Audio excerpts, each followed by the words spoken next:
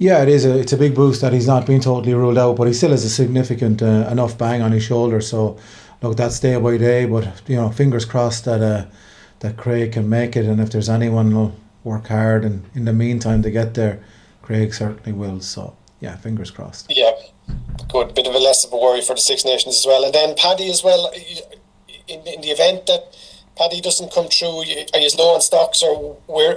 Is there someone else there who can play out half, or how deep do you go into your academy?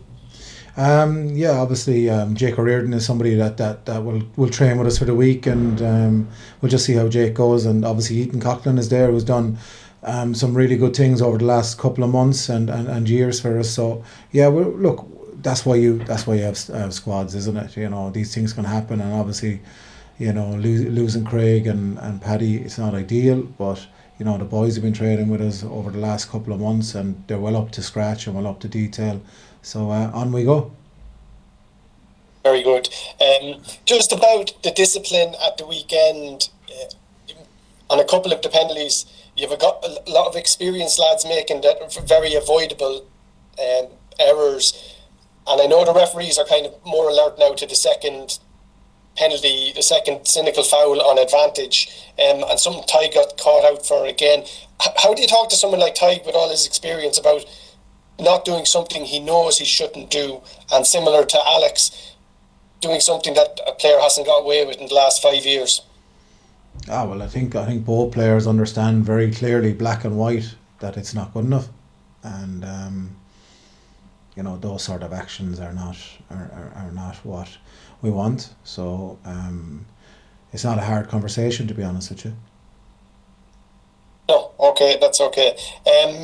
The penalty at the end, was it something that you felt hard done by, or maybe that the referee was talking and kind of trying to talk him out of it before he gave it? Look, Carl Dixon is a world-class referee. He saw it as a penalty. We just had to move on. Very good. About this weekend now, the importance of getting back to one of these old school home and park European nights, and Jeremy was just talking about the fans on the way into the ground last Sunday, and how it's important that you feed off that, and it gets back to the old days, and making home and park a fortress again, starting this weekend.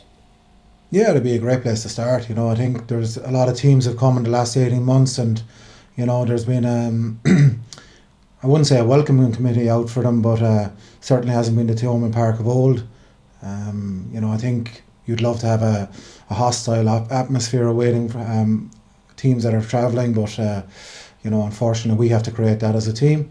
That comes from us first, and then the fans buy in. So it starts with us, it finishes with us. Simple. Yeah, and is it something the coaching staff will work extra on this week, and nobody more experienced than you at trying to remind these guys about what it is all about? No, we won't have to touch on the Thomond Park factor at all. We've got a short week. We got to get our lineouts right. We got to get our D right. We got to get our attack right. We got to get our scrum right. We got to get our exit right. Thomond Park will look after itself. Brilliant. Hey Jeremy, Michael here in RTE. Hey, how you doing? Not so bad.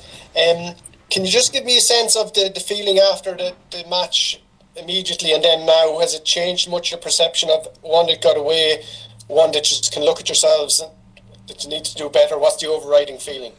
I think it's a tough one. It's one of those ones where there's probably that a lot of disappointment in the fact that we could have won it and we feel like we should have. But we did a lot of good things. Do you get me? So I think they're the kind of, it may be a bit of frustration that you get a lot of stuff right and then you kind of don't come away with the result at the end. But some of those things are our own fault. So we kind of had to have a look at those and see where we allowed the pressure off or allowed them into the game and stuff. So that's what we kind of talked about today and worked on. Is it extra frustrating when you drill down to some of the penalties given away, to say, I don't know how you describe some of them, the very basic or very easily avoidable penalties? Is that a source of extra frustration? Yeah, they're always, the name of the game now is discipline. It allows teams in, especially a big French team like that. We let them we gave them access with those penalties, so, and gave them shots at goal or whatever. So they're the frustrating ones when you kind of let a team off the hook when you're building a lot of pressure against them. So definitely, yeah. Listen, you're informing yourself. There's Ireland appear to have a lot of injury there in your position. It's not that you need extra motivation, but does it build it up a little bit more? How you go this weekend and the weekend after about working your way back into the Ireland squad? I think, yeah, there's always that thought in the back of your mind, and it's definitely something I still have massive aspirations for, so I wouldn't shy away from that. But for me personally, I believe that putting out my performances for Munster and putting the best foot forward there puts me in that position to take advantage of whatever comes. But I'd be solely focused on Munster, yeah. But definitely it's something that I wouldn't shy away from, yeah. Very good. Just the last one from me. This weekend, obviously you've had a European game in Cork, and kind of mixed reviews actually. There's a lot of factors going into it, how Gloucester turned up and how the game played out. But this Saturday coming seems like want to go back to the old school Munster Thomond Park European night. Just maybe tell me how important it is that you feel like that, and then the crowd, build on that and get involved as well. Yeah, like I'd even go back to the weekend gone there when we were in Toulon. We walked from the hotel to the stadium, and I don't know how many fans travelled with us there, and they walked up the road.